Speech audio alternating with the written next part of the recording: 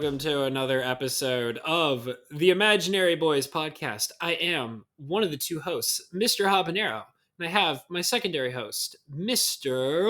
Lettuce. How you doing, Mr. Lettuce? Hey. I was going to ask you like a random question before I realized that you'd actually started the podcast, and then I was like, oh, I got to pay attention to what the hell I'm doing. Ask me that random question then. Did you like the cat pickle?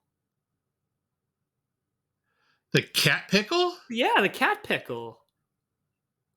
What cat pickle? So right before we started the podcast, we were talking about the previous podcast.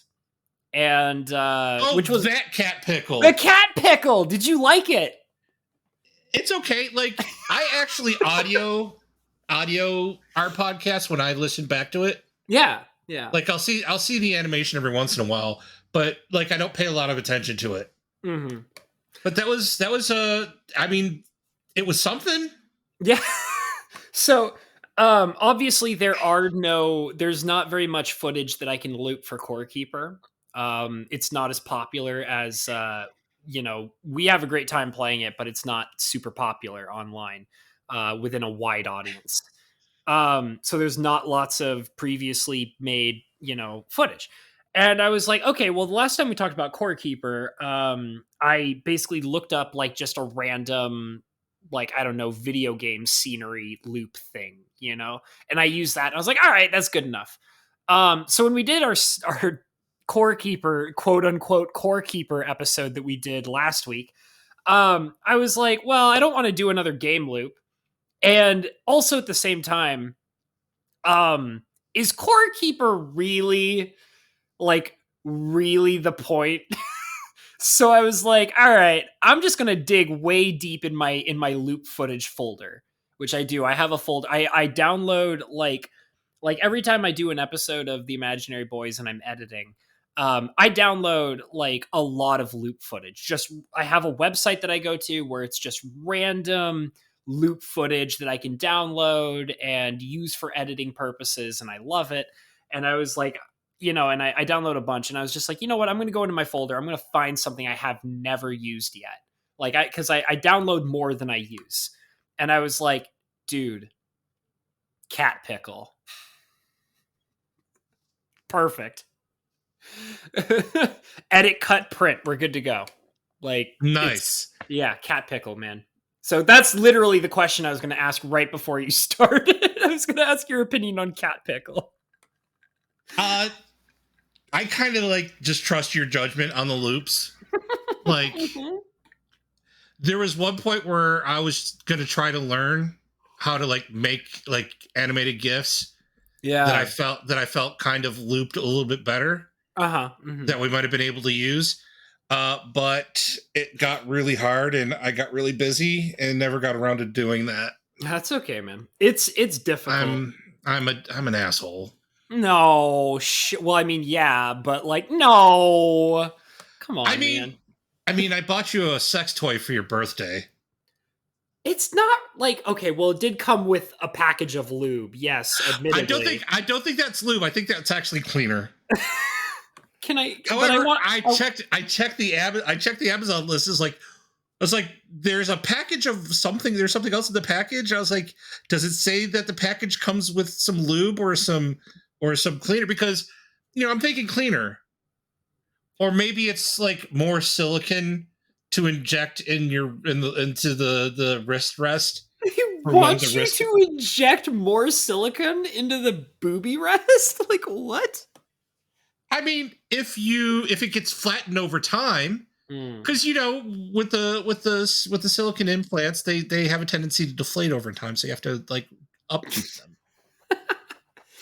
Oh man, I do love it, and I do kind of hope that it is a package of lube rather than cleaner, because that makes it even better. And it's very sexy. You could crack it open and put some between your fingers and rub it, and if you feel slick, then it's lube. If it kind of absorbs into your skin, you kind of hope it's cleaner. I think if it was lube, it's the kind that like self heats. You know what I mean? The warming. Yeah. The warming sensation. Yeah. Because the last thing because what you really need is for that vagina to feel warmer. Dude, don't put that on your balls. I'm just gonna go ahead and say that. Don't put it on your dick either.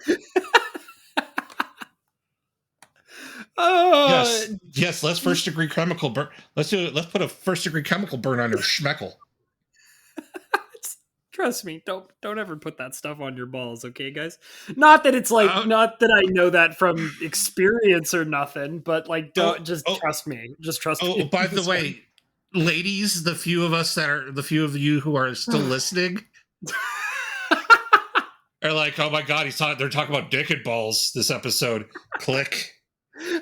But for the three of you that are listening, two of you, I want to inform you I know that that I just want to say, I know that I think we have like 4 lady listeners, which is pretty impressive.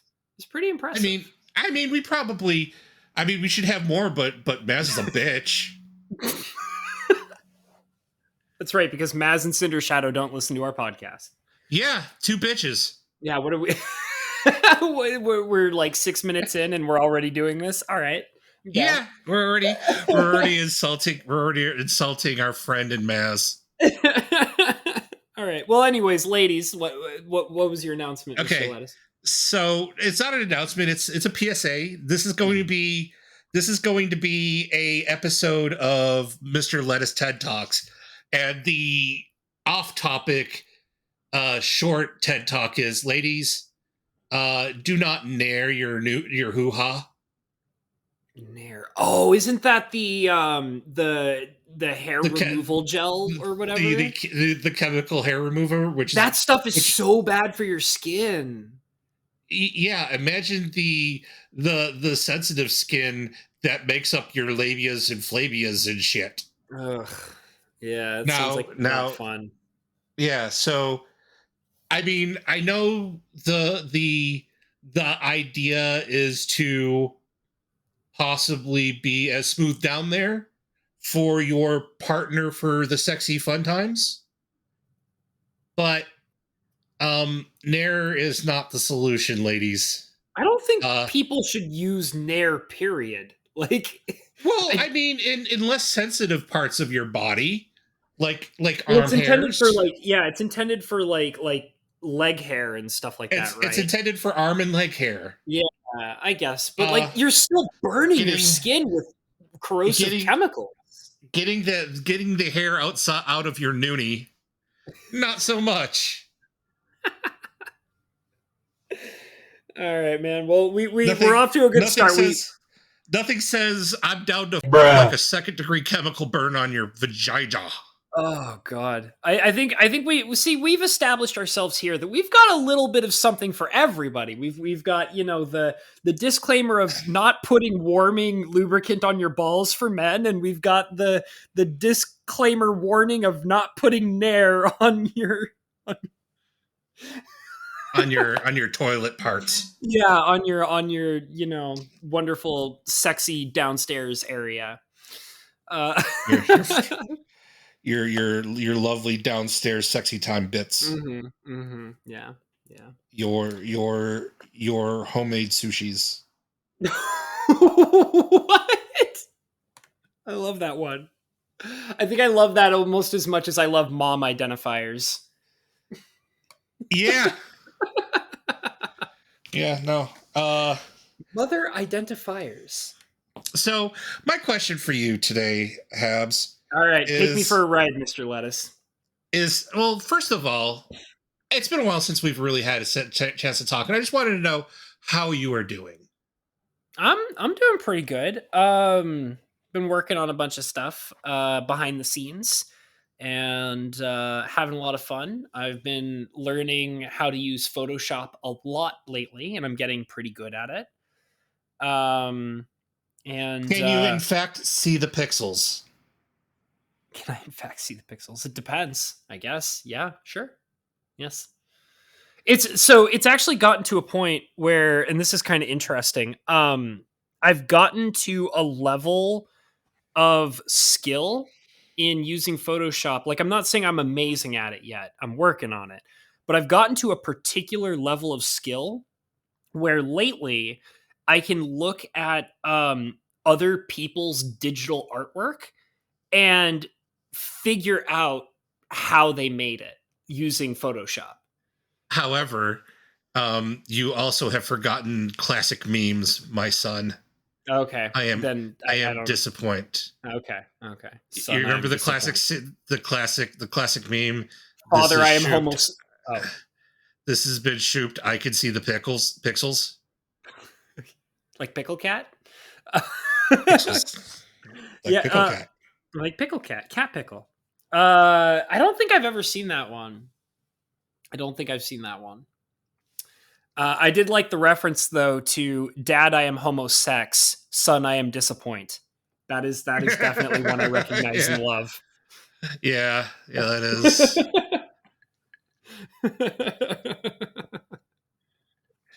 Uh That's yucky. But yes, I've gotten relatively proficient with Photoshop.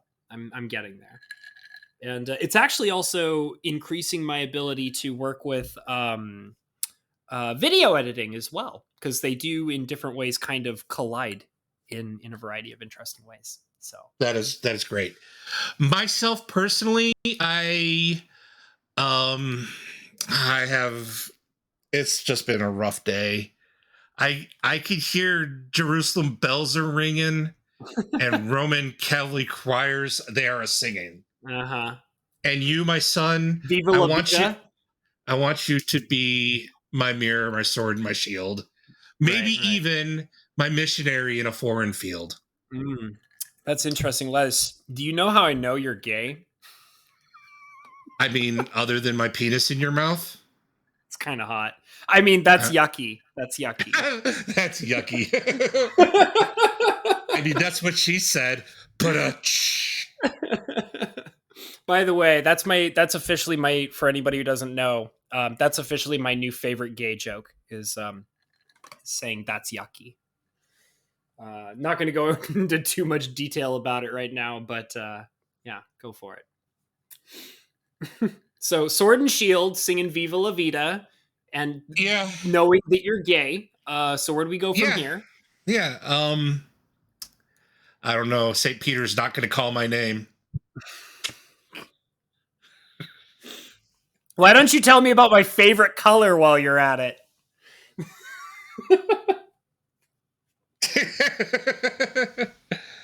I love serenading you with Coldplay. I know you do. That's why you do it all the frickin' time. All the Yeah, time, Lettuce. all the time. Maybe I'll find a new band to serenade you with. I Maybe. mean, it's never gonna get as good as Coldplay. I mean, you know what? Actually, you could you should start serenading me with oh god damn it, I'm what's it not your called? performing monkey, Yeah, are you kidding me? You do this podcast with me. Of course you're my performing monkey. bitch.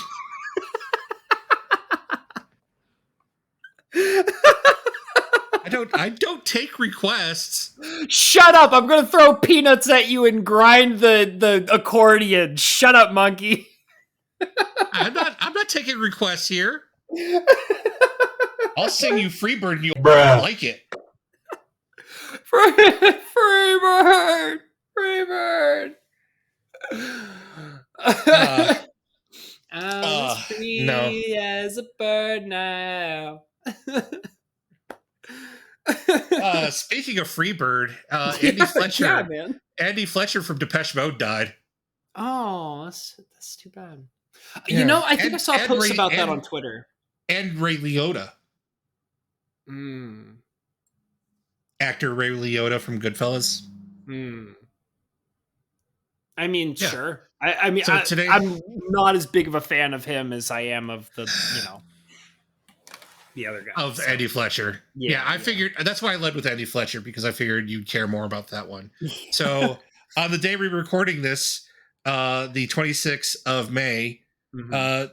two fairly noticeable celebrity deaths. That's pretty sad, man. And that's got me feeling quite the way. Mm. And actually, I've been in my feels all day, Mr. Habanero. Okay. All I've right. been I've had I've been having this desire to get something off my chest for quite some time. All right, man. Yeah, and I'm not. It's not more Coldplay Serenade. That All was right. that was just me reminding you that I love you, little bro. Okay. All right, man. But Yeah. anyway, I I don't. Are you Anyway, stuck I in the don't. dryer step, sis? Like, what do you want? What do you want, man? Uh, I can get oh the no. butter. I'm sorry, man. uh, I'm sorry, man. That's yucky. I'm sorry. that. Uh, uh. Well, anyway, Yeah, yeah, man. anyway. So I don't know if you're aware of this or if your listeners are aware of this, but for a good part of actually for the almost the entirety of my adulthood and a lot of my childhood, I have been in the realm of information technology. Sure. By trade, I am a technology guy. Okay. Uh, and I have some problems. You have, let me ask you a question. All right. You have wireless internet in your apartment, do you not? I do in fact have the Wiffies. That is You have true. the you do have the Wi-Fi's. Mm-hmm. Do you have your own wireless router, or do you let your ISP provide that for you? Um, I have a wireless router that is provided to me by my ISP, but it's a pretty good one. Eh, I mean, eh. I have a pretty good upload and download speed. Like it's actually pretty impressive. And I mean, is your computer next to your router?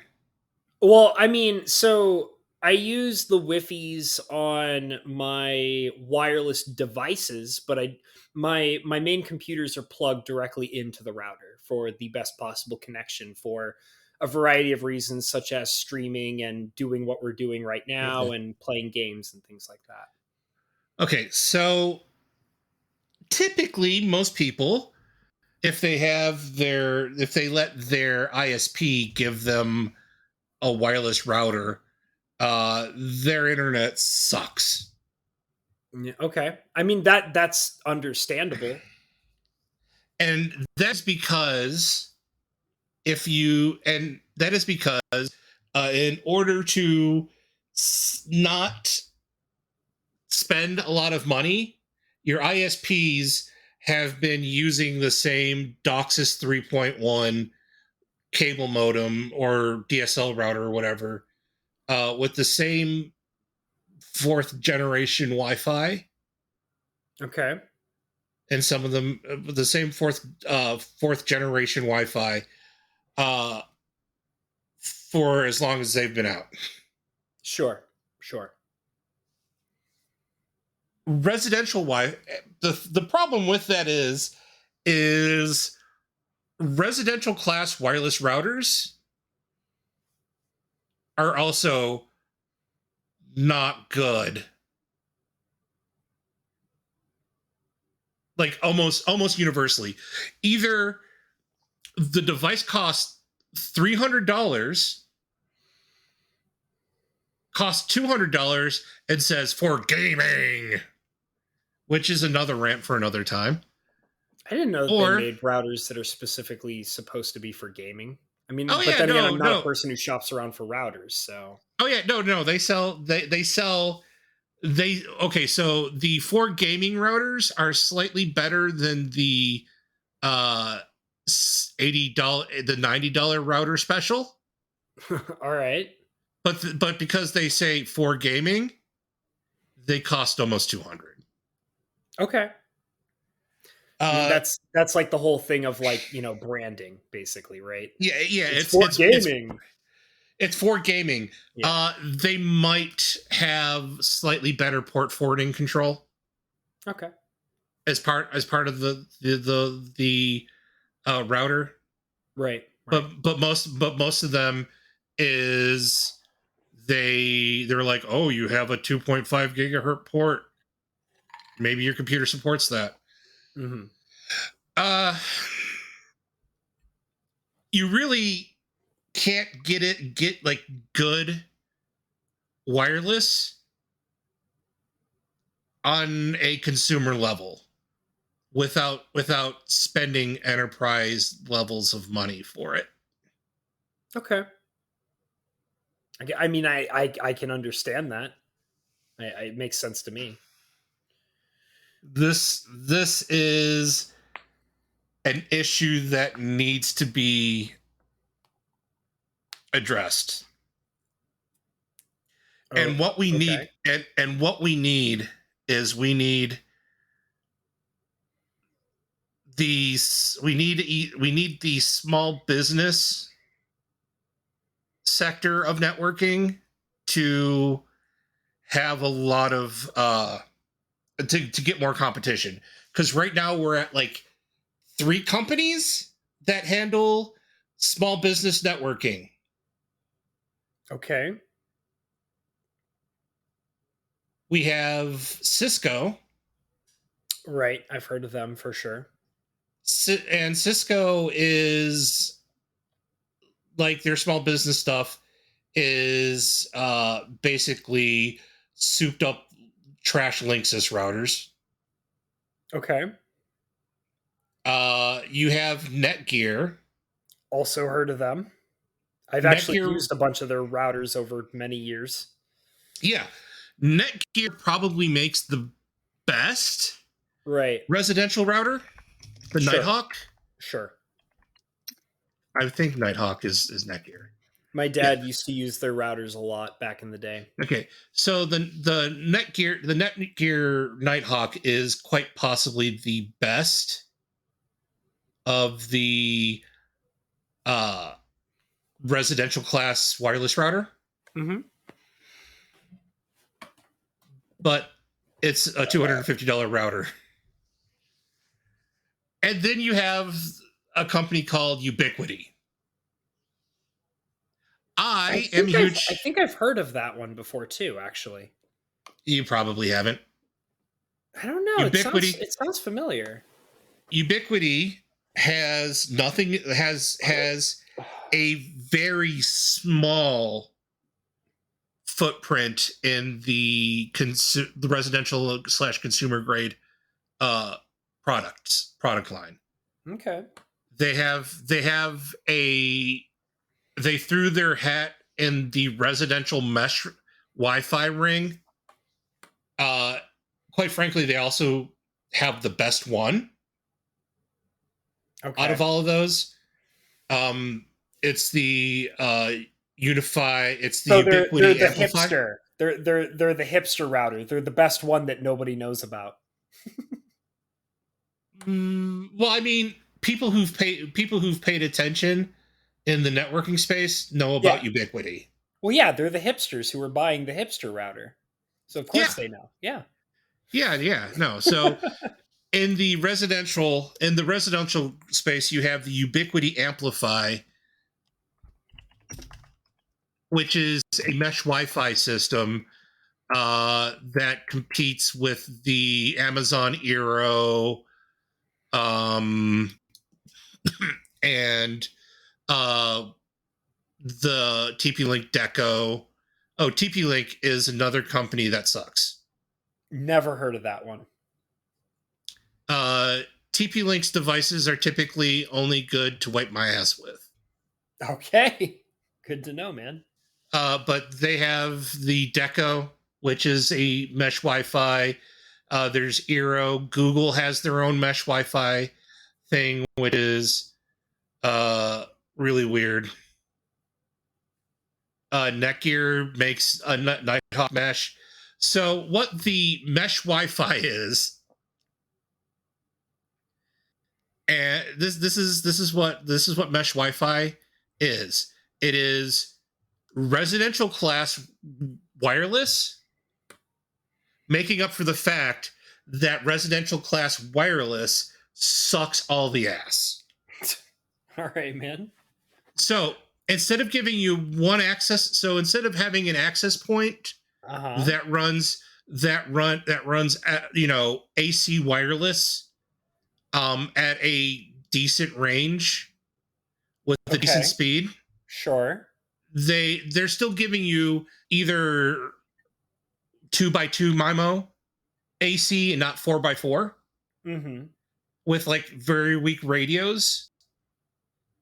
That's what you can expect to get in residential class right now. What these mesh systems are like are for is, oh hey, you have a house.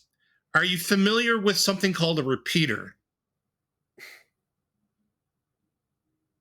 A Wi-Fi repeater. Have you ever heard of somebody trying to use a Wi-Fi repeater? I didn't realize you were asking me. I thought you were speaking hypothetically. No, I'm asking you a question. A repeater, a Wi-Fi repeater? I don't think I know what that is. No, I can't say off Okay, the top of my head that I so know what that is. so what a Wi-Fi repeater is? It's a small little device that's basically a wireless router that's designed to take Wi-Fi to take a Wi-Fi signal, bring it in, and then shit it back out. Okay. They're called range extenders quite often, Okay. I think I and understand the idea. It's to basically it's basically you would have your router putting out a Wi-Fi signal, and then you would have this thing at the like largest extension of that signal, and then it would accept that signal and then reproduce it again to extend the range of the signal. Is that what I'm yeah, understanding? yeah, Okay. and these things commonly plug into a wall outlet. Okay. And the idea was is that you plugged it into a wall outlet that was kind of at the range of where your signal was usable, but starting to get a little poor. Sure. So Sure. you slap this thing in there, and it gave you the low end of usable Wi-Fi further into your house. Hmm. Okay. Garbage device.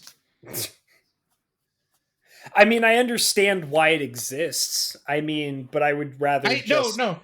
I understand. I mean, here's why it exists.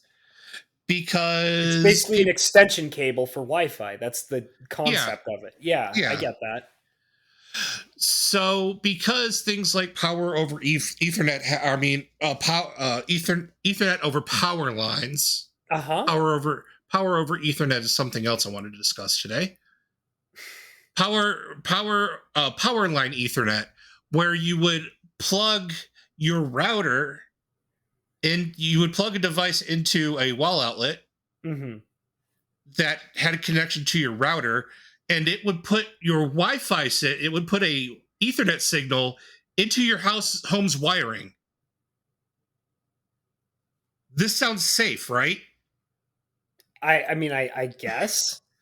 So on the other end, you would have a receiver device that would plug into the power and then plug into your computer. O- okay. Yeah, these So things you these things need were susceptible these things were susceptible to power surges and frying Ethernet adapters. That's why they never really took off. That's why power line adapters never really took off. Okay, weird. All right. All right.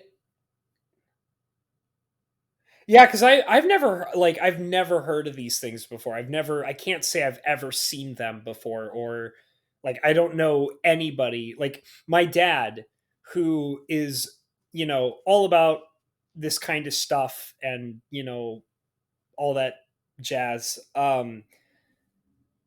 I have never known that these things existed, and I've never seen him talk about them or use them or anything like that, you know?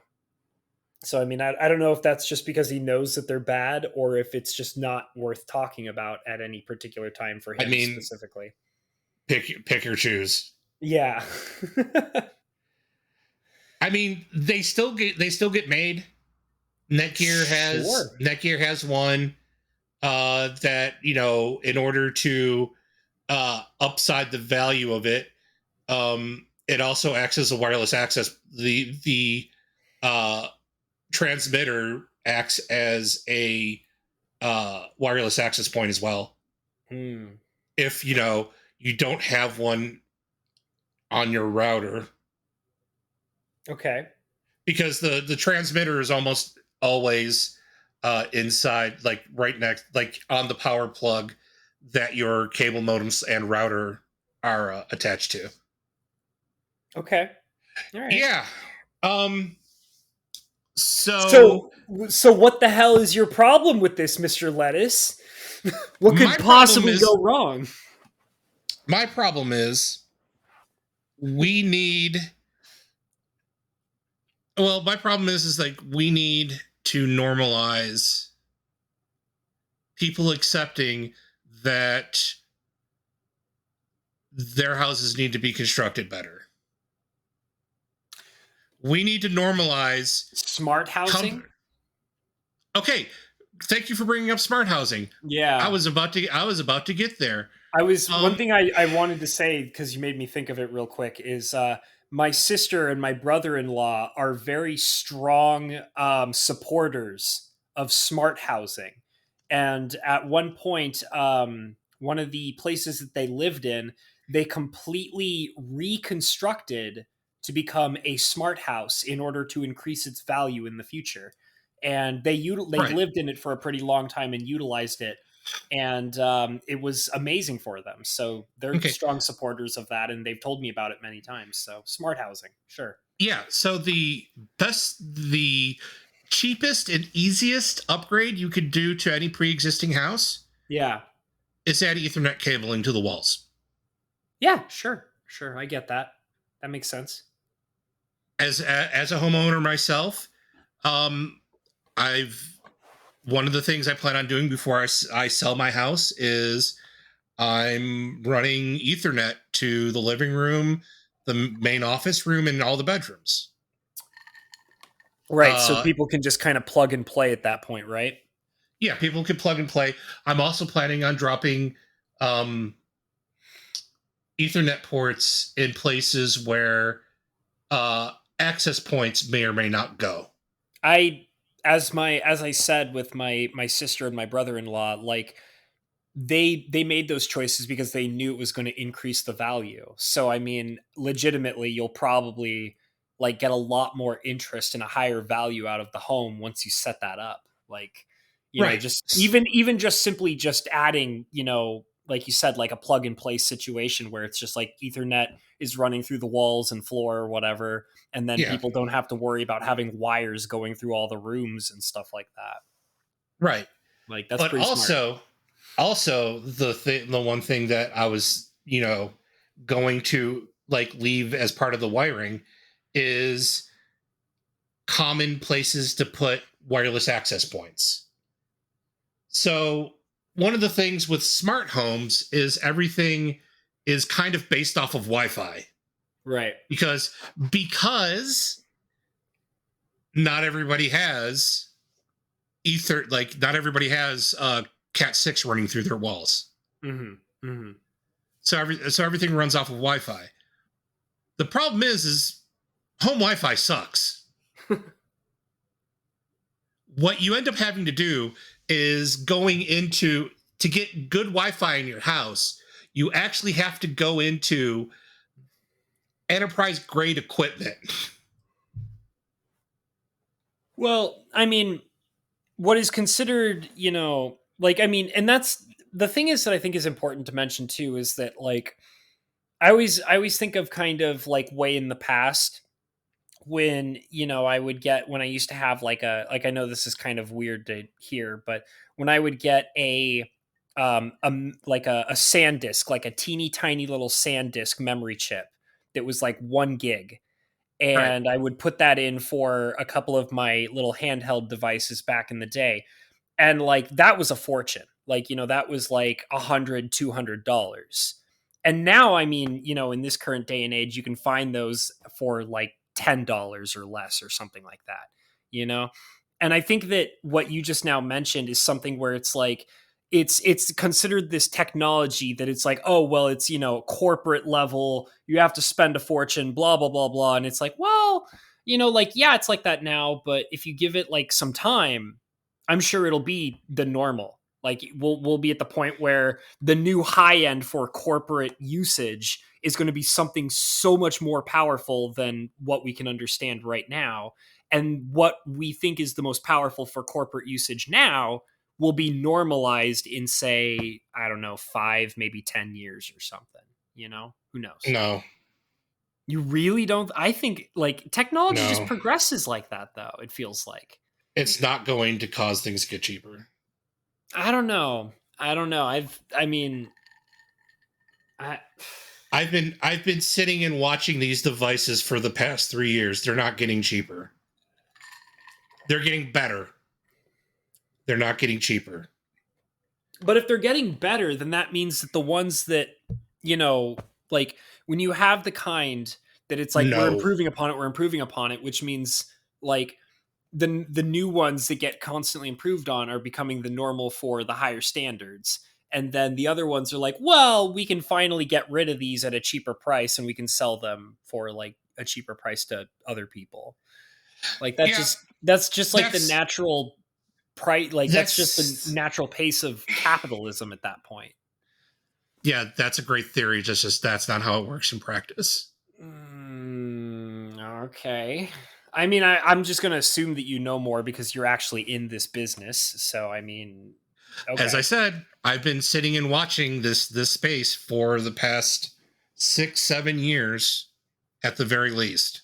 Okay. This range of equipment is not getting cheaper. It's getting Okay. better. It's getting better. The things that like right now, everything is Wi-Fi 6. So things that are supposed to be Wi-Fi 5, which used to be called Wi-Fi AC, Okay. it's not like the Wi-Fi 6X. It's not like the Wi-Fi 6 access point is $100. So now the Wi-Fi AC access point is now 75. Okay. It's you could either get Wi-Fi, if you could get your hands on the Wi-Fi 6 device, it's 100. If you get your hands on the if you get your hands on the Wi-Fi Ace or Wi-Fi 5 device, it's 90. Okay. It's not like the thing that we need as consumers to do better about doing is to purchase the better equipment. And this is important because it actually will kickstart the revolution.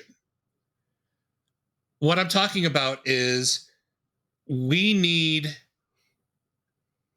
to not have bottlenecks inside of our house. Right now, we have bottlenecks inside of our house. Most of our devices are Wi-Fi, and we only have the one Wi-Fi. We only have the one Wi-Fi radio in the opposite room to where the devices are. The device that's streaming, it's working, but it's only using so much bandwidth. So the ISPs don't think that they have to supply us with any more bandwidth. So they're not doing anything to be saying, hey, maybe you would like to have 10 gig service to your house. They're not offering that to us because we're not pulling it. So they're not going to go out and make that available to us because we don't have the devices that will say, yes, give me 10 gigs internet. Yum, yum, yum, yum, yum, yum, yum, yum. Okay. So we as consumers have to start kind of rejecting the $50 Walmart TP-Link wireless access point or wireless router. And to be perfectly honest, the concept of a router, the wireless router, needs to go away. I mean, are you saying that we need to just upgrade to a completely new piece of technology? Is that what you're trying to say? No, as consumers, we need to treat our home wireless as if we are an enterprise customer. We need a gateway device. We need gateway devices that just handle connecting us to the internet. Maybe maybe the firewall. We need quality switches. We need more than 3 ports. We need 16. Okay. Well, no, in a smart home, right? Your brother and sister will tell you this. In their smart home, their smart doors, it would be better if they didn't have to change out the battery on their locking mechanism. Because their locking mechanism is battery operated because because it takes your Wi-Fi signal, because there's not an electrical wire ran by your front door. Okay. So I'm going to introduce you to another concept: power over Ethernet.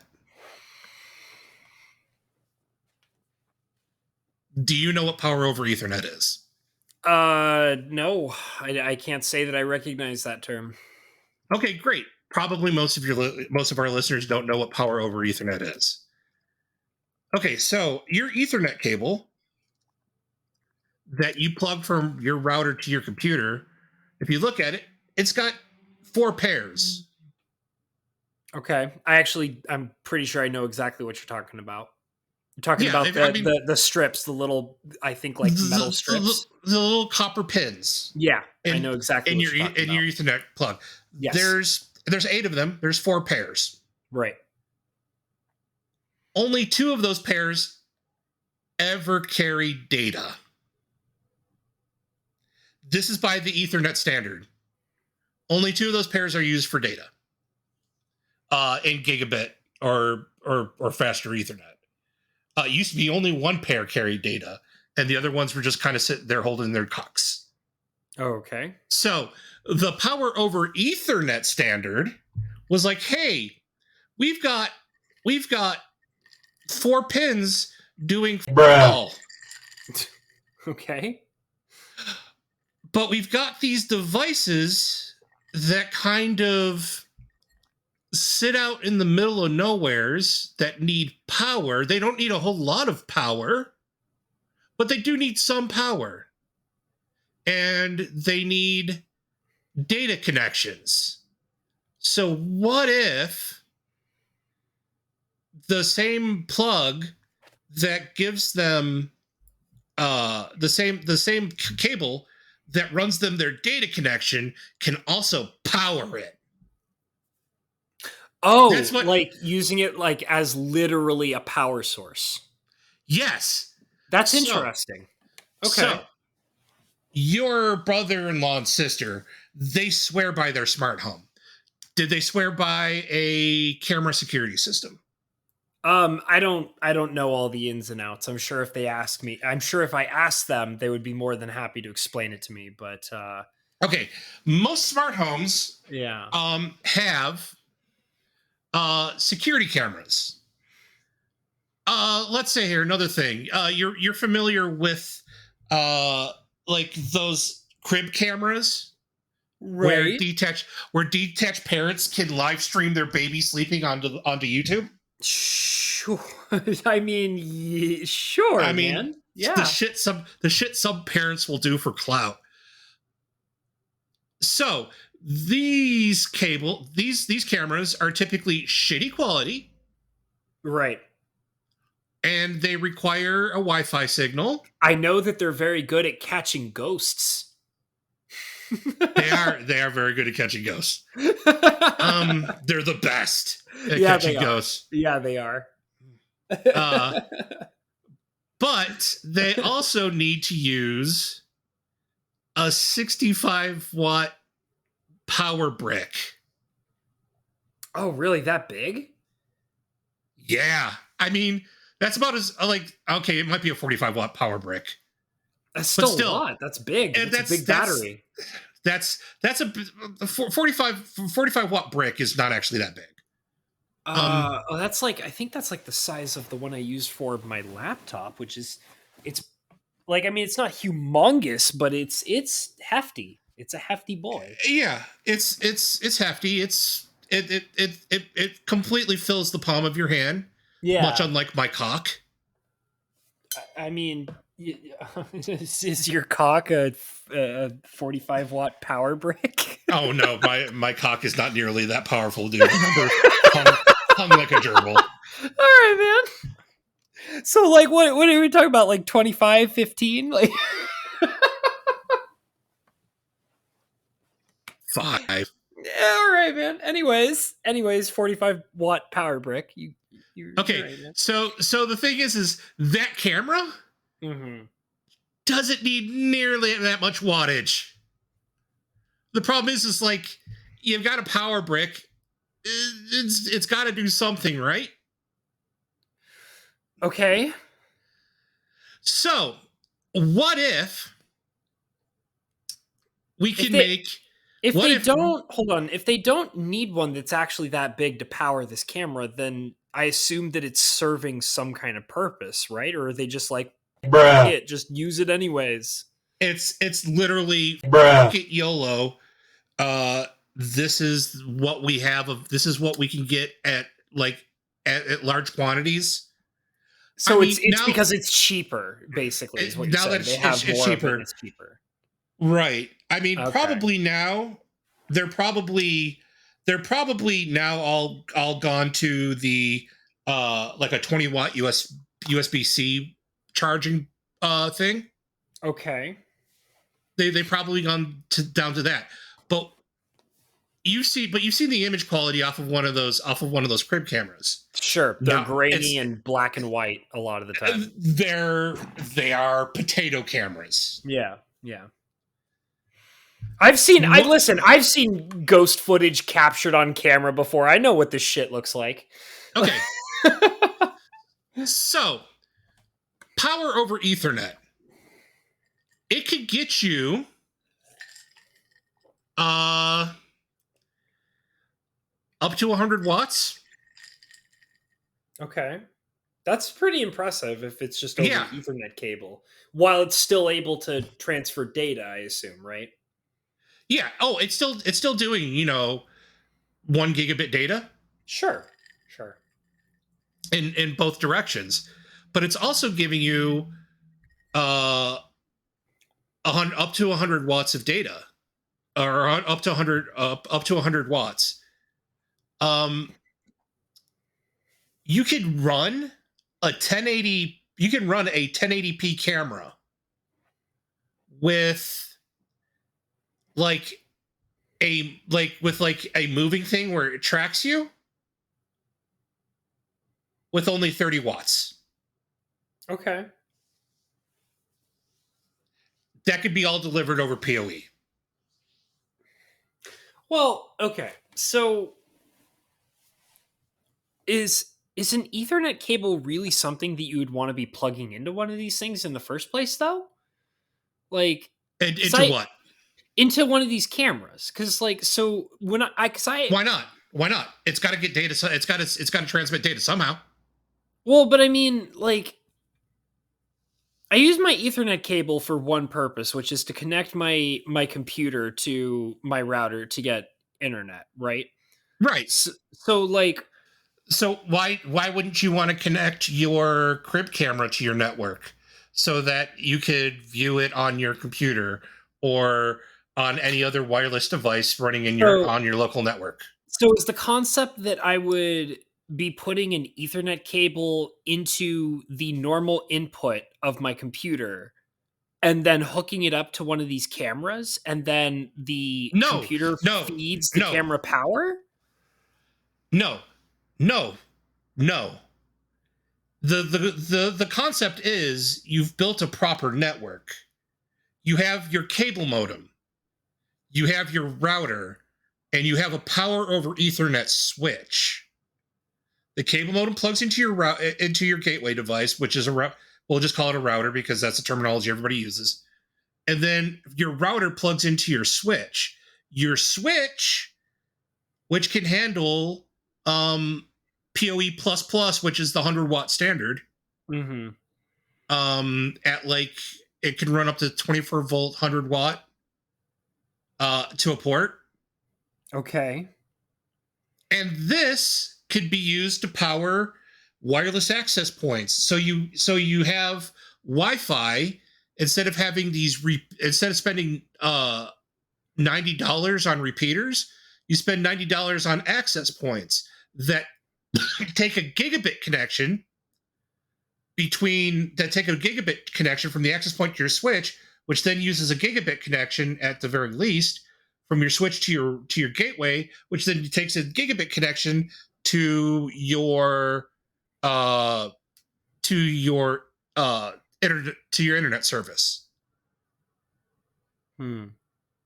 Your security, your crib camera, which is actually just a security camera, a really cheap security camera, that plugs into your network. It gets an IP address. Okay, I think I understand. It's kind of like the fact that my printer, it's like my printer, which basically talks to my computer through a Wi-Fi signal. However, in spite of that, it is actually connected to an Ethernet cable, which is hooked up to my modem, right? And then it has its own IP address, but my computer basically talks to my printer through Wi-Fi.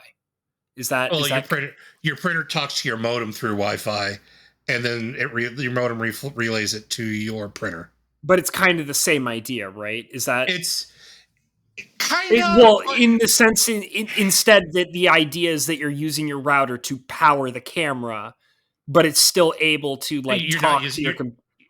You're not using your router to power your camera. You're using your switch. We've got to normalize building a proper network. Your network should be 3 devices, not 1. This is that moment where I don't understand, and I'm just going to have to assume that you're right. Like, I'll be straight up about it. Okay. I don't understand it, but I'm just going to assume that you're probably right about it. Okay, because you have, actually, for residential services, it's got to be 4 devices. You've got your ISP gateway. You've got your in-house gateway, which is your router. You have a switch that's connected to your router, because your router, all it does is it acts as a firewall and takes requests out to the internet and then passes it to each device inside your house through the switch. Your switch is basically turning your router into a 16-port wireless router. Sort of, because there's no wireless in it. One of your ports in your switch is powering your access point. Now, if you've got an exceptionally large house, or you have a lot of people that live in your house where you need multiple access points, put at quite far distances away. Okay. Because even the best residential wireless access points only really give you best effort, like outside, no walls, nothing in between, pure line of sight, and a clear sunny day. The best range that a wireless access point can give you is somewhere around 300 feet. Okay. All right. The wireless access points that are in your cable modem router are not pushing full strength signal at 300 feet. They're not. You're getting 150, 200 tops at 80% signal. Right. And this is why we need. This is part of the reason why we as consumers, we need to kind of get on these companies and say, hey, look, I want to buy your shit. We're going into we're going into a world where everything is connected to the internet. So we need good switches. We need PoE switches. We need PoE switches at the residential level. Right now, power over Ethernet is not something you get in residential class switches. Mm-hmm. Like, even if you go to Best Buy and you need to buy an 8-port switch because you have so many devices that you want to connect to your network. If you find a PoE switch, it's gives you maybe 2 ports that are PoE tops. In the enterprise class devices, you get 8. You can get, granted this is a $250 device, you can get 8 ports. Well, no, 16 ports. You can get 16 ports, and all of them are powered. Mm-hmm. And this is what residential needs, because we are going into the Internet of Things thing is going to explode, and it kind of has to at this point. We're going to see we need fridges that are connected, and to be perfectly honest, we don't need everything over Wi-Fi, and that is where this Internet of Things is going horribly wrong. Is that everything is wireless. Well, I mean, I think that a lot of the focus for wireless stuff is on portability, right? So, like, I mean, I would No. agree. Well, but I would agree with the whole point that, like, we need to take the focus away from Wi-Fi based on when you're in close proximity to an internet connection. Like, I spend a lot of time doing most of what I do in my house. And when I'm in my house, like, I want to make sure that I have a direct connection to the internet, like, whenever I'm doing whatever it is I'm doing. But when I care about Wi-Fi and I see it as the absolute most goddamn important thing, it's because I'm worried about my tablet when I'm out and about, or my cell phone when I'm out and about, or my portable game, which is something I don't really do anymore, but at one point I did care about it, or my laptop that I'm taking with me to my coffee shop or to somewhere I need to be to get a job done at a particular random location.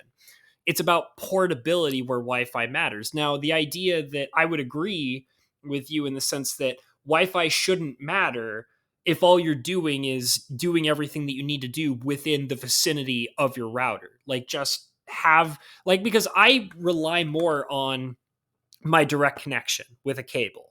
Like, I'm not streaming through Wi-Fi. That's ridiculous. I'm not playing my online games through Wi-Fi. That's ridiculous. And I know that there's a lot of people who do that, but it's like, Almost everybody does. well, but I mean, that's how you get kicked from raids. That's how you lose your party or lag out and die or whatever, or get, no scoped through a wall while using Jesus wall hacks with a sniper knife. Like, you know what I mean? Like, if you want to live that life, that's fine. But if you're Wi-Fi hasn't been that bad good Wi-Fi hasn't been that bad in a while. yeah, but I don't trust it. Like, I mean, and I think that, like, the whole. I mean, that's your choice. Yeah. I just think that, if you're literally looking for a reliable connection when you're in your home, just use what you need to use that's directly connected by wire. Cause I mean, that's how I do it. Like, I don't do anything that I need to do that's important on the internet that, in my home, that's not directly connected by wire. But, like, if I'm out and about and I want to check my goddamn Twitter, like, I'm sure as hell hoping that the Wi-Fi is good where I'm at. Like, you know what I mean? So, Well, the thing is you're not once you're in that realm, you're not dealing with residential class Wi-Fi anymore. You're dealing with enterprise grade Wi-Fi. mm-hmm. The problem is even Starbucks, they're like, oh, I'm not going to run cable. We don't have to run cables anywhere. We've got good Wi-Fi. We're going to put our point of sale on Wi-Fi. We're going to invite You 25 know, people into we're going to invite 25 people into our cafe, and they're going to cloud up, and they're going to gunk up the radio congestion inside our cafe, and we're going to run business critical shit on it. so here's something really cool that I once saw. I think they got rid of it. It's not. It doesn't exist this way anymore. But I thought it was really interesting at the time when they did do it. They got rid of it for some stupid reason that I can't possibly understand. But when it existed, I thought it was a legitimately cool idea. There was a local Starbucks in my area. What they had was they had this kind of weird, like, booth slash bench in the middle of their Starbucks. It was like this weird, like, couch bench. Okay. And it was like a circular shape so that people can like sit anywhere on it, on the sides of it, right? But what was really cool is they would also place tables and stuff next to it. And the tables that they would put around this giant couch bench thing had a sticker that basically said, basically informing people who were sitting on the bench that there was a little outlet where you could connect an Ethernet cable. Dead serious. I remember this. It was actually really cool because I used it a couple times when I used to go to that place. And apparently they had a router that was pumping out a Wi-Fi signal through the whole place. But if you and it was inside of that bench. But if you sat on that bench, they would have little teeny tiny outlets, and they would have like an electrical outlet so you could plug in a laptop or whatever for power. But they also had an Ethernet outlet, and you could plug in an Ethernet cable and connect it directly to your Yeah, laptop or those device or ta- whatever. those tables had little wireless repeaters in them, Yeah. and most of your wireless repeaters have a cable off bridge Yeah. where It you was could. super cool because it was good. Like, I used it a couple times, but they Yeah, got rid of it. I don't know why they got because rid of it, but they failed constantly, okay. I thought it was a and cool thing. they became way too expensive to replace, Ah. because Well, I thought it was because yeah. they would fail, because they were failing constantly. They required power to the table, which, if if the cafe wasn't designed with a floor box for power, they had to run a really janky cable uh underneath a rubber mat. I think they had it like powered directly underneath the floor or something like that. I'm not 100% sure how it worked, but they didn't It have like mats covering up wires or anything like that. Okay, I mean, sometimes the people, put power jacks like inside the floor, um that could be uncovered easily, but sometimes they don't. Right. But those tables failed. But those tables became increasingly expensive to replace because Okay. they failed constantly. That's too bad. I thought it was a cool idea. I mean, Um it's a cool idea, but if they wanted to do it right, they should have just wired. They should have just wired Ethernet, but they it's didn't. I mean, I don't know how it functions, so I mean, it's possible that maybe that's what it was, or maybe No, that's not at all what it it was. So I don't no know. because there was no cables there. What the table, because I've seen these tables.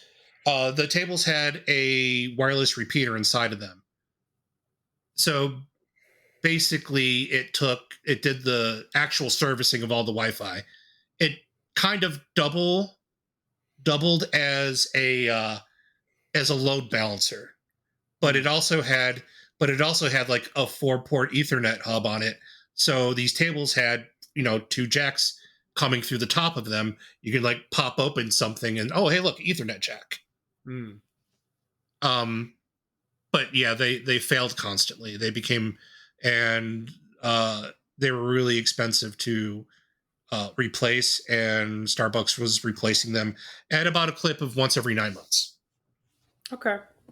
Yeah, I mean, like I said, they did eventually get rid of it. So I mean, it's not like that anymore at all. But I just thought it was a cool thing at the time. Like I thought it because like I would go. I remember this was like years ago, but I would go into that Starbucks and you would see lots of different people all trying to sit at that one bench area. And it was a large one. It was large. Like it took up a good portion of the room, and they sat it like right in the middle of the entire cafe.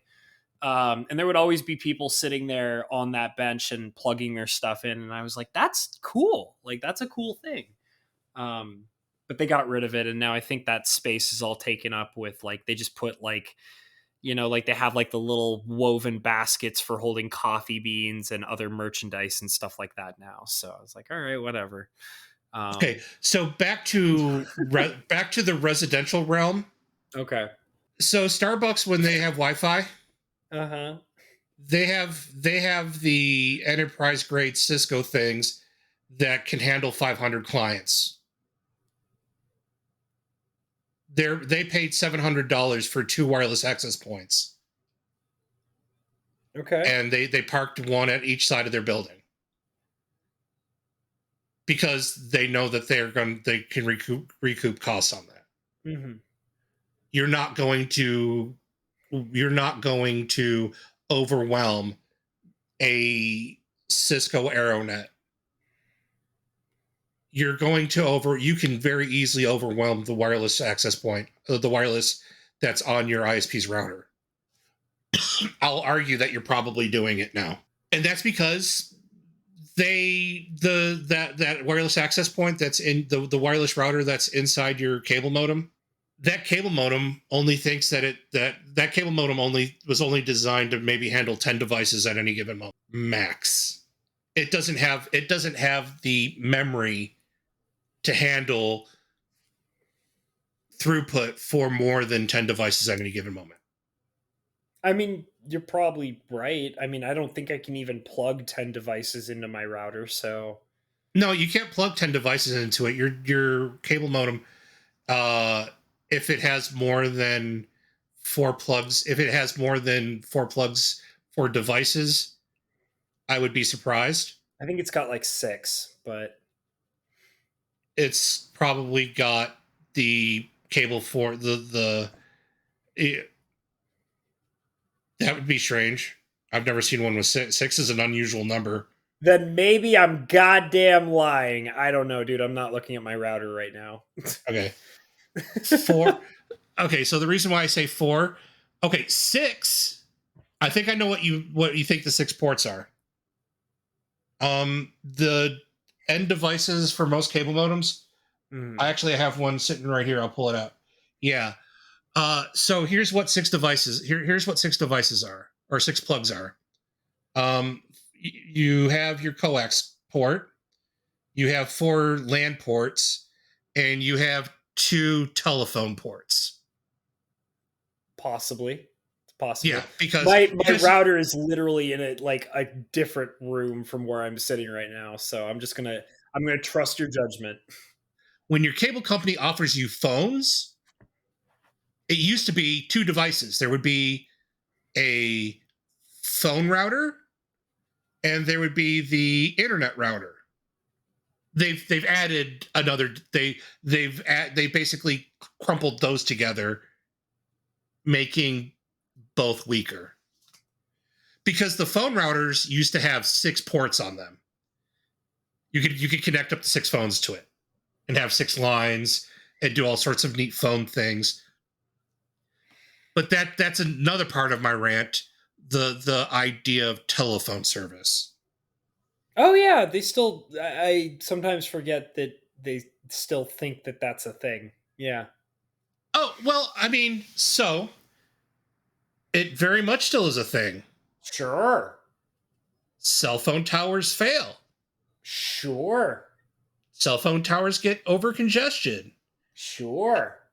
If there's an emergency, it used to be cell phones weren't very good at transmitting E911 data. You right. They used to not be able to do that. So how it was recommended, and still pretty much is, any house that has a child has a landline phone. I mean, sure.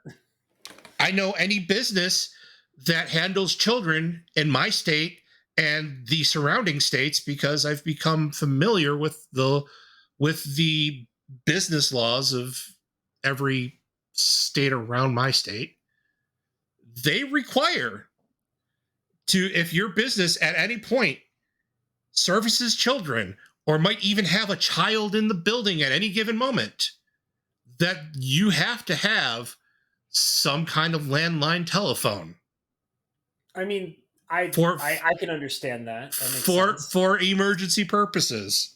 Sure. So that's why telephone service is still a thing. However, we need to stop thinking about telephone service as something separate from data service. Okay. We need to lose that, and we haven't yet. I thought we would have by now. I thought by the time 5G came around, I was going to assume that at that point everything is just voice over IP in one form or another, and it hasn't been that yet. And that is so frustrating, but I know why it hasn't been that yet is because the concept of landlines is holding that back. Because not everybody has Ethernet ports where they have phone ports. So that's another thing where if residential consumers thought about their home networks the same way that small businesses think about their home networks, their networks, we would see a proliferation of devices and quite possibly devices that are priced for the end consumer. Even though I'm not going to hold my breath on that one. It's just, yeah, we need to think about, we need to stop thinking about voice service. Start thinking about voice service as just voice over IP. Your phone from Charter, if you have a phone from Charter, you need to be able to plug in your phone into your cable, into your network, and it needs to connect to Charter's network and do voice over IP. Because what Charter is doing to you is you only get they're over their coax or fiber, they can only push so much stuff through their pipeline. And because they think of voice as a separate service from internet and from a different service from television, they have to design their network so that each different service has a different package that it could travel through. Instead of saying, look, you have 5 gigs. Because I think the max theoretical off of a pure coax connection, if your cable service doesn't have any fiber on it, talking about like fiber optic internet.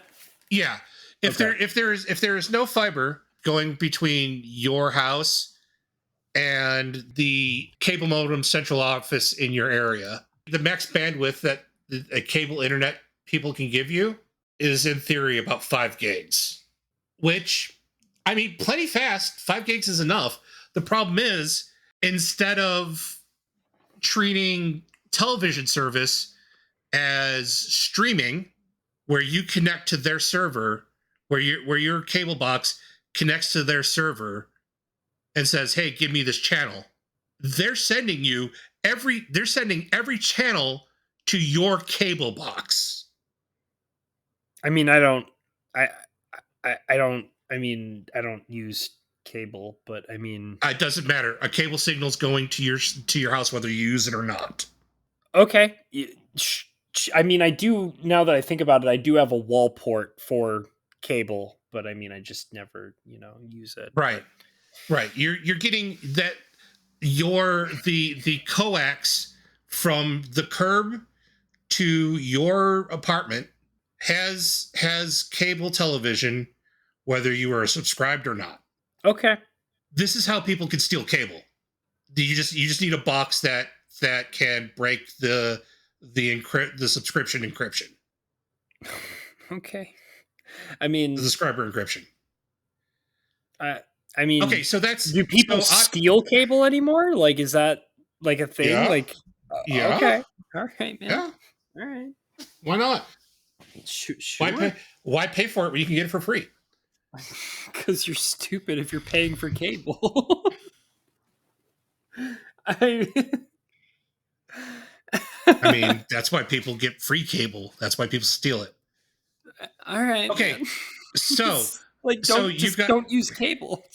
Just you'd be better off stealing internet. Well, I Like, mean, you've got. I mean, you've got. I mean, people do that too. yeah, I know. That's what they should be doing. It's a little Please, harder. viewers, please do not steal internet. Don't do that. It's a little bit harder to jailbreak a to jailbreak. It's a little bit harder to jailbreak a DOCSIS modem. You know, and also don't steal cable too, even though it's dumb Yeah, and you shouldn't do it because it's dumb. It's just and stupid. But and also the just thing don't is, do it because it's illegal either. and the thing is you have to have some service Sure. in order to have your port turned on so that you can steal the other services. What they end up doing is they steal the extended cable to get the expensive channels like Playboy. Oh yeah, that's a channel. Yeah, that's the thing. Anyway, Yeah, I mean, I could literally care less because I could just, look up porn for free on the internet with the, thousands of free internet porn websites that nobody ever has to pay for in order to have. But I mean, Playboy's fine. I mean, some people are just old school. They gotta do what they gotta do.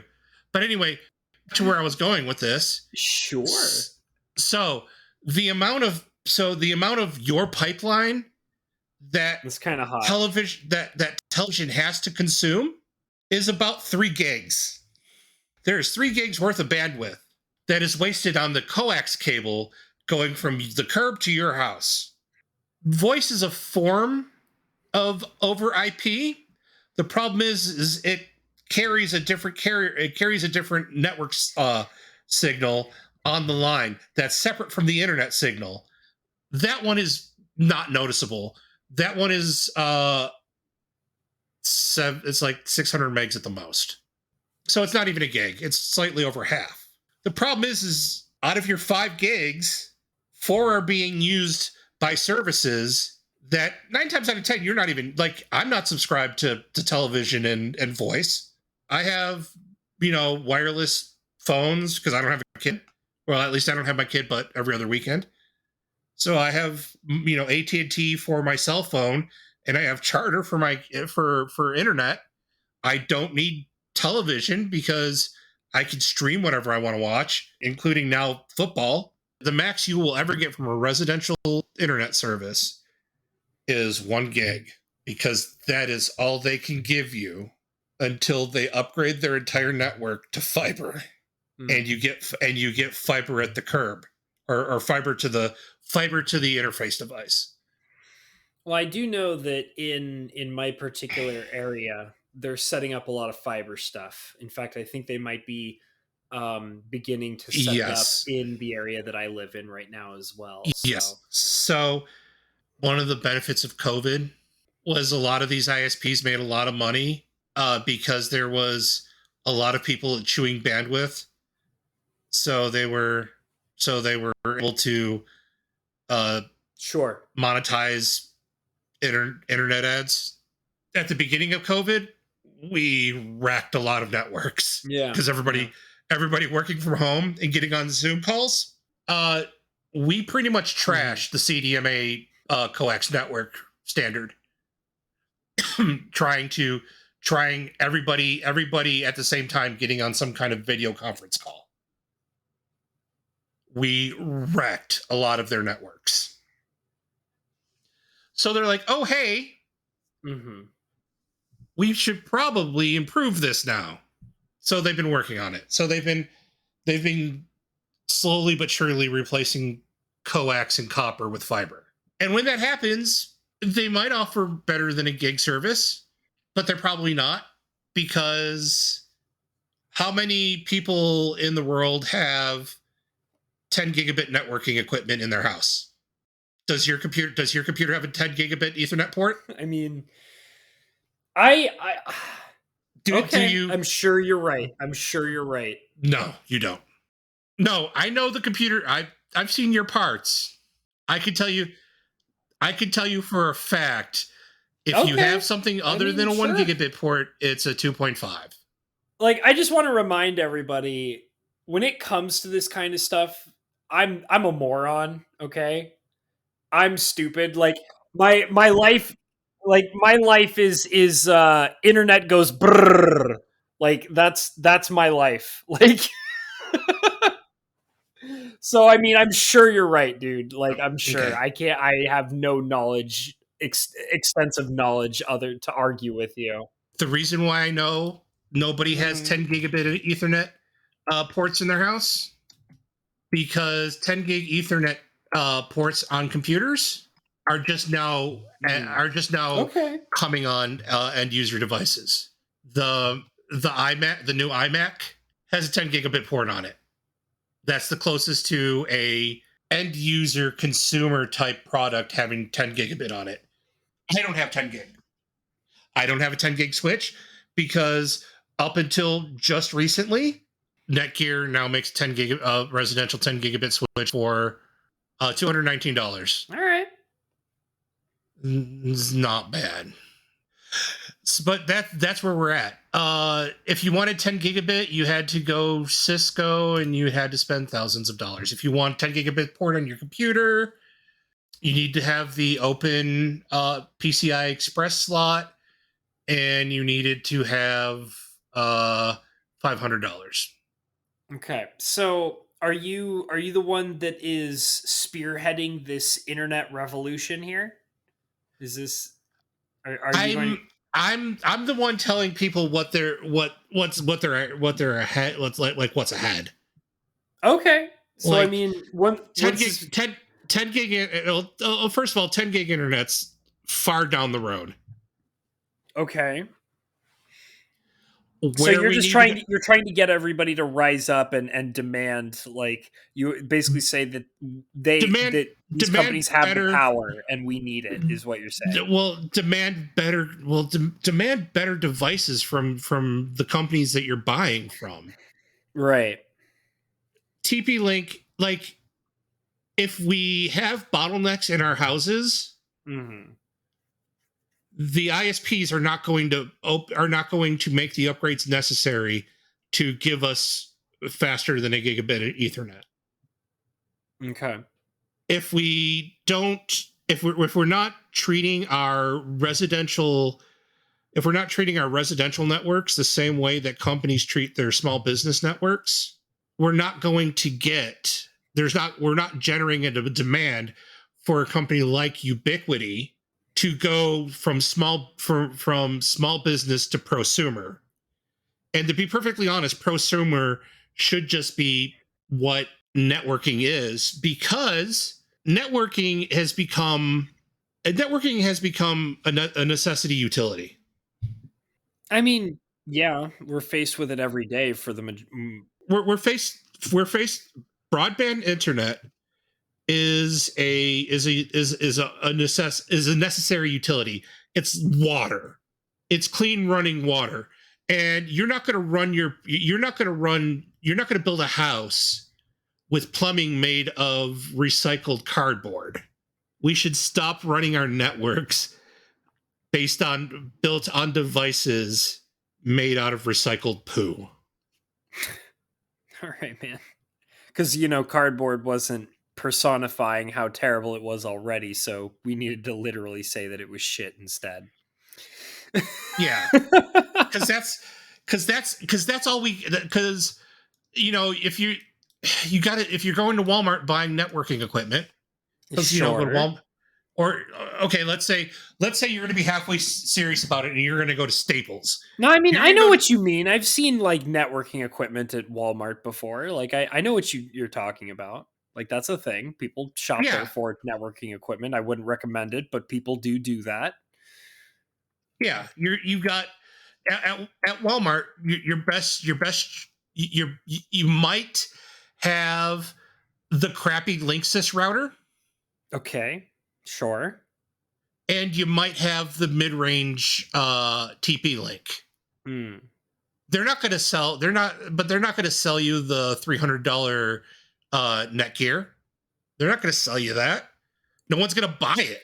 No one, no one values their network enough to buy the $300 Netgear router.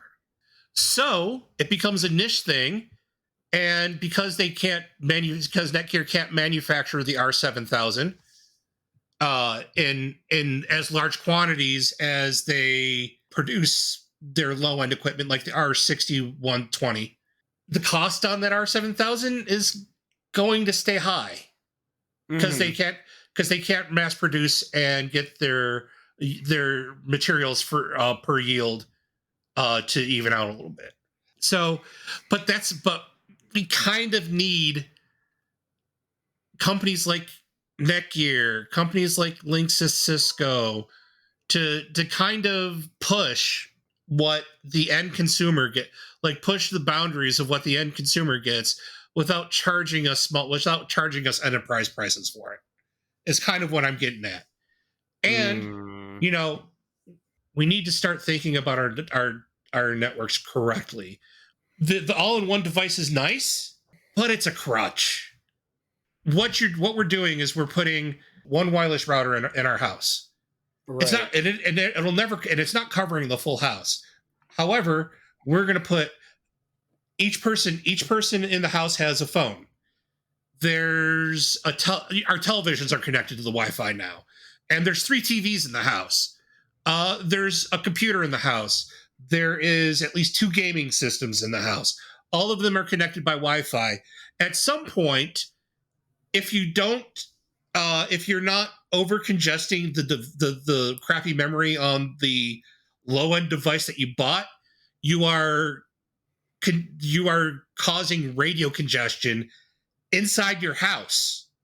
Like this is a real thing. You could have too many wireless devices. You could have too many things sitting in the 2.4 gig or the 2.4 and now even 5 gigahertz frequency range, and everything is just cross-talking each other and canceling everybody out. It used to be a thing. Remember cordless phones? Yeah. One of the things that I used to run into in my job all the time is a facility would have 3 cordless phones in their house, 3 cordless phones in their office, and they wonder why they don't have Wi-Fi. The cordless phones are the cordless phone bases are always broadcasting in the 2.4 gigahertz range. Your crappy Wi-Fi 3 router that you haven't upgraded only broadcasts in the 2.4 gigahertz frequency. Your microwave transmits interference in the 2.4 gigahertz frequency. Your fridge transmits interference in the 2.4 gigahertz range. If you've got fluorescent lighting in your office, it's transmitting interference in the 2.4 gigahertz range. And now we've just got a bunch of 2.4 gigahertz devices. Most of them can handle 5. And if your router handles 5, it probably doesn't handle 5 well. So it only does line of sight in 5. Wi-Fi 6 is actually using the 60 gigahertz frequency. Problem is, it can't go through human flesh. I've seen tests on the 60 gigahertz frequency range where you have line of sight between you and the 60 gigahertz radio, and somebody waves their hand in it and cuts your speed in half. Like a slow hand wave up and down. Speed's tanked in half. We need better devices in the residential range. That means people need to buy the better devices. And unfortunately, that's going to be expensive. I'm just warning people that, treat people used to say, don't cheap out on your bed. I'm telling you, don't cheap out on your bed, because that is true. You absolutely don't want to cheap out on your bed. But also be willing to spend $500 on your home network. So there's a couple of things that come to mind, which is the basic evils of dealing with capitalism and consumer bases. That's what's running through my brain. I don't know internet stuff. I don't know technology stuff, but I do know some pretty simplistic capitalism, consumer base stuff. And that's what's running through my mind when I hear this. And the first thing that I wanted to address is one of the most important things that you have to pay attention to when you're dealing with a consumer base for just about any product, which is the concept of the loud minority and silent majority. And right away, when I say that, you should know exactly where I'm about to go with this, Lettuce, which is you're basically trying to, you're addressing a situation where you're like, people need to stand up and take a stance on this and be as loud as possible and, go out of your way to go and buy this more expensive thing and make a statement. And I get that because, that's how it is. However, what you're always going to come across whenever you do this kind of thing, which is totally natural because this is just how large corporate consumer bases function, is you are addressing a loud minority. You are being part of a loud minority, which means that's great. You're drawing attention to something that needs to have attention drawn to it. And there's absolutely nothing wrong with that. And it should, in fact, be addressed. The problem is that you and all the people who are participating in this are part of a very tiny consumer base. You then have to worry about the majority of people who don't care. They're just going to pay for the absolute baseline. They're going to want it to be as cheap as possible. They don't have all of the technological knowledge that you have now, like even lower than my level of understanding this stuff. And the only thing that they're going to care about is what is going to get the base job done at the lowest price possible. And I don't have to like learn and know how all this stuff works. And that's going to be the silent majority. And they're going to pay the lowest amount possible for the lowest quality technology and service that they can afford that's just going to get the base job done. Sure. So I'm But here's where what you're overlooking, or here's what you don't know. I'm trying to create I'm trying to create a second consumer class.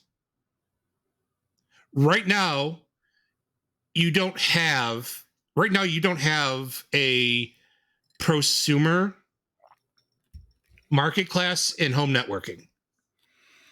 You have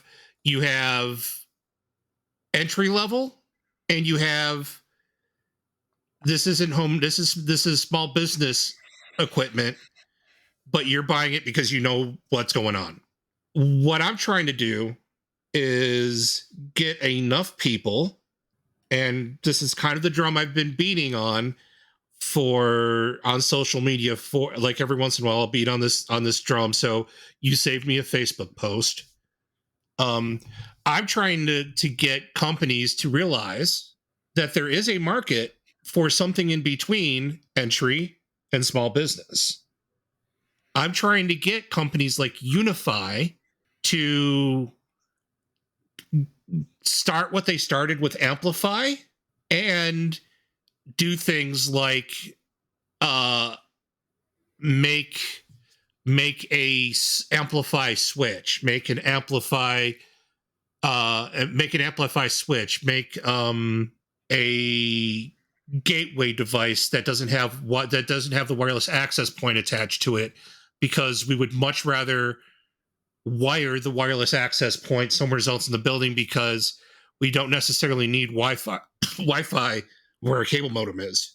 okay. Well, how many people do you think you're going to need to get on your side to be able to accomplish this? I mean, nothing that I can wrangle, but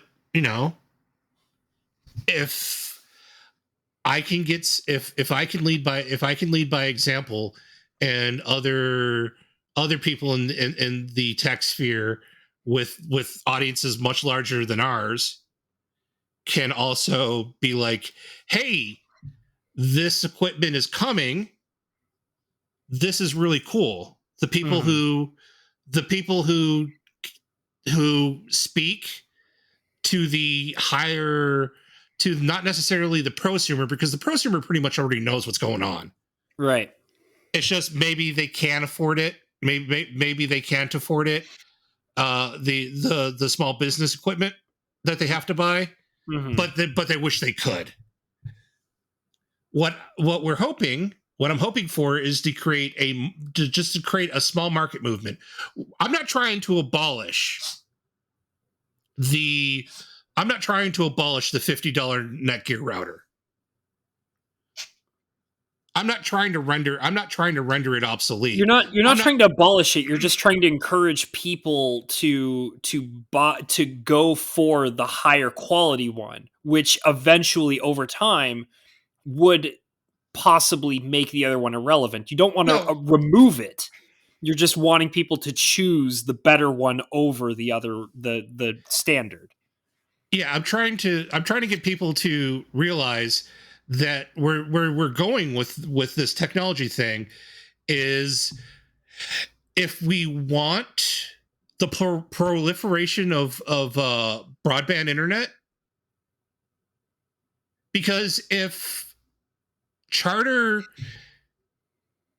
if charter is done upgrading their cities, they might be able to they might be able to use the power from the bandwidth that they put in the city to extend their services out, maybe just another like 2 or 3 extra miles, but that's enough to put broadband in the hands of some of the people who don't have access to it right now because they live just outside of city limits. Right. Okay. I mean, I get that. Um, So we're not I'm not so stupid to think that I can go to AT&T and tell AT&T, yeah, they need to run fiber into the middle of nowhere where there's nobody there. There might be 2 houses. well, I will. Let me put. I mean, I don't think that you're being super fair to yourself right now, because I can tell you right now, I live in a very small resort town with a relatively small population. In fact, actually, the area where I live is essentially two small towns put together that are a short distance from one another. And kind of become this, because we're kind of in a sense out in the middle of nowhere, a little bit. But we've become like this kind of experimental area for fiber optic internet. They've literally come in here, and they've been laying out. We have I believe it's called Ting. I think it's called Ting, and it's Ting Fiber Optics. And they've informed us multiple times. They're like, "Oh yeah, we're experimenting on you guys. Like, we decided that we wanted to come out in the Yeah. middle of nowhere and experiment our fiber optics and put it Okay. all over the place." So I mean, I Okay. don't think it's I unfair to say that they wouldn't come I'm out in the middle of aware. nowhere. Yeah. I'm aware of small projects. Well, it's I testing for the bigger picture.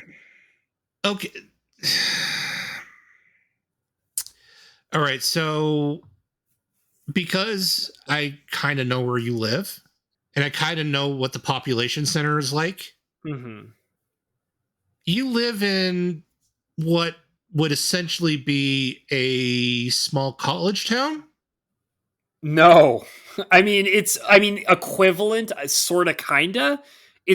I mean, I'm not afraid to say it's a resort town. It's like all of our business is primarily run off of how Industry. successful the resort area is in our area. Right. Yeah. So Yeah.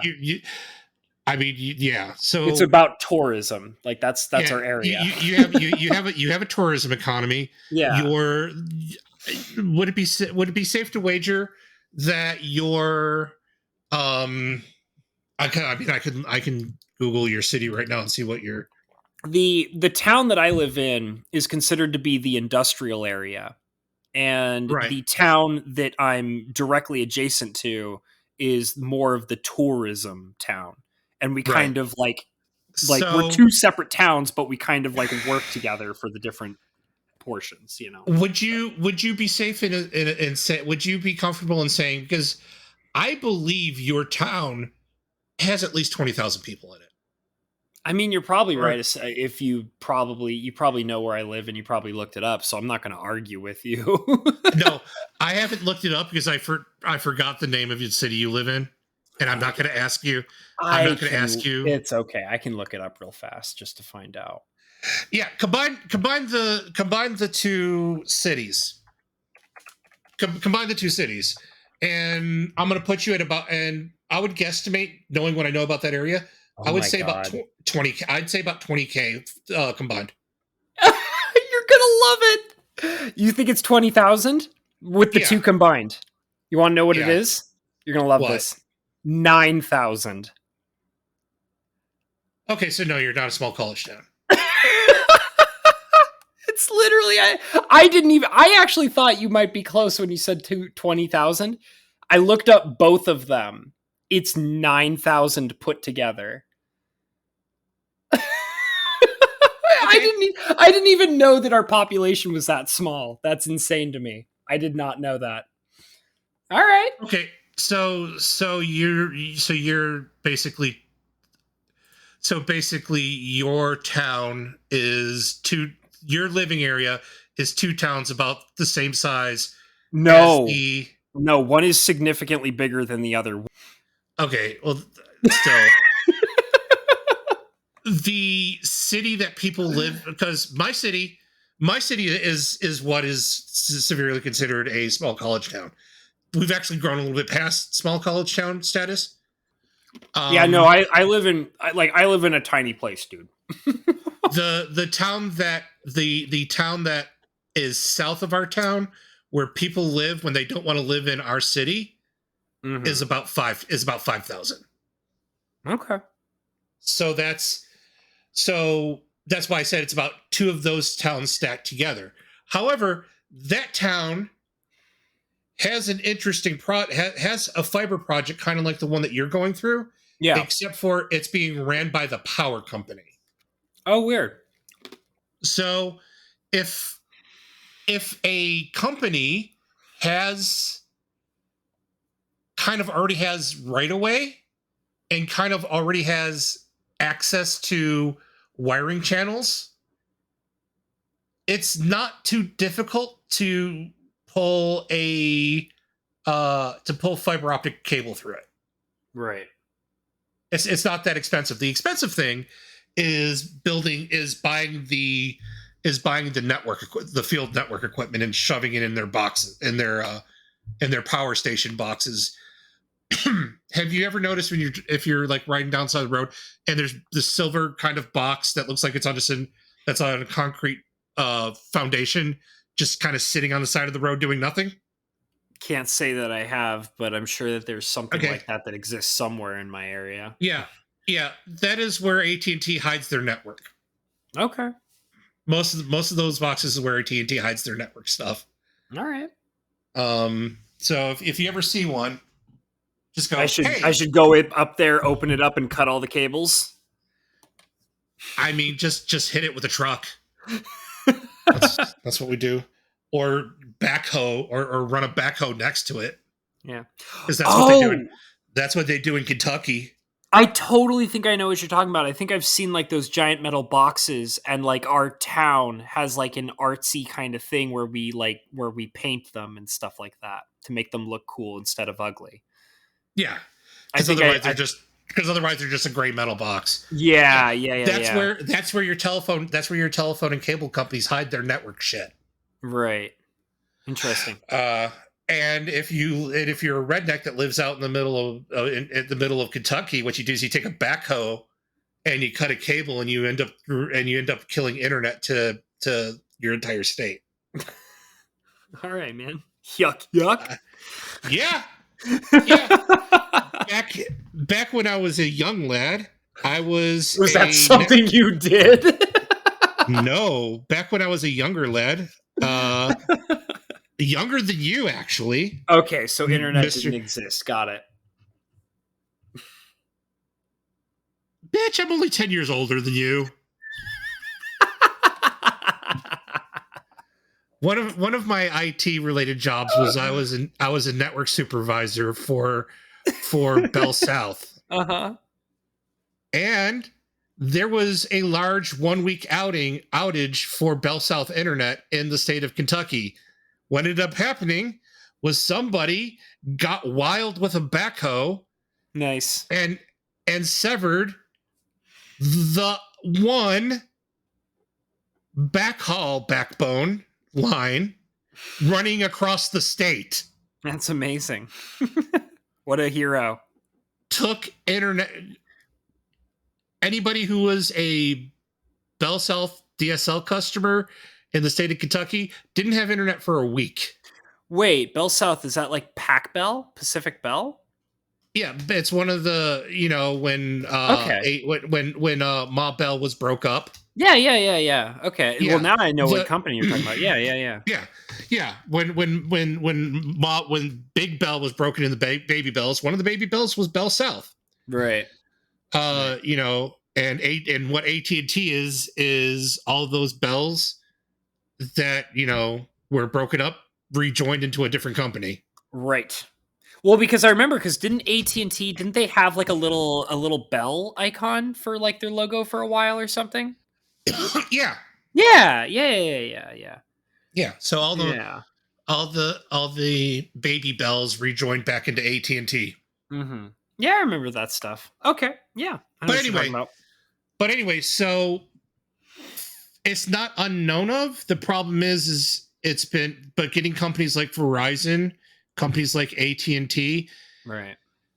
companies like Charter and Comcast to finish the upgrades on their networks has been an arduous task of itself. Mm-hmm.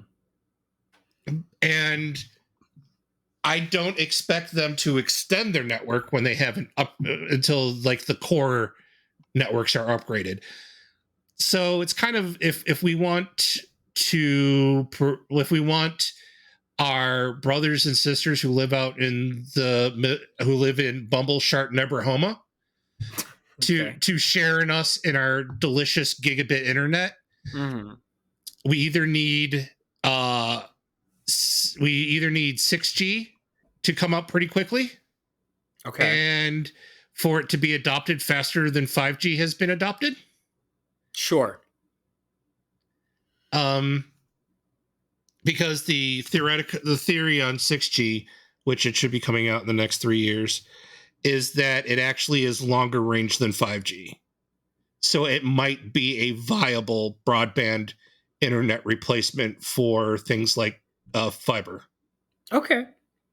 6G might be where cellular internet becomes a viable primary internet Mm-hmm. for everybody in the country, not just people living in the suburbs. Right. Because in the metropolitan areas, the cellular networks are too congested, and in Bumbleshart, you might not have coverage. Right. But if you live in the suburbs or the small college towns like I live in, the network is just right. I could, in all possibility, convert my home network to just using 5. Like I could ditch Charter, Mm-hmm. grab an LTE modem, Right. plug it into my router, and replace Comcast. The only reason why I haven't done that yet is because the upload speeds in LTE are still trash, and the 5G upload speeds that we get from AT&T and Verizon, all that stuff, still trash. And because you and I are content creators, we kind of live on our upload speeds. Yeah, that's true. That's the only thing keeping me from ditching Comcast, going to AT&T, paying $40 more on my bill to get bandwidth to get a hotspot type device to plug into my network. Right. Is the upload speeds are abysmal on 5G. Okay. Doing a quick test right now. just to let everybody know what the actual number is. No, I do not want to do it over Wi-Fi because my upload speeds on Wi-Fi are actually not half bad. I mean, they're not great either, but I'll take 25 gigs or 25 megs. I don't need that much upload. Sure.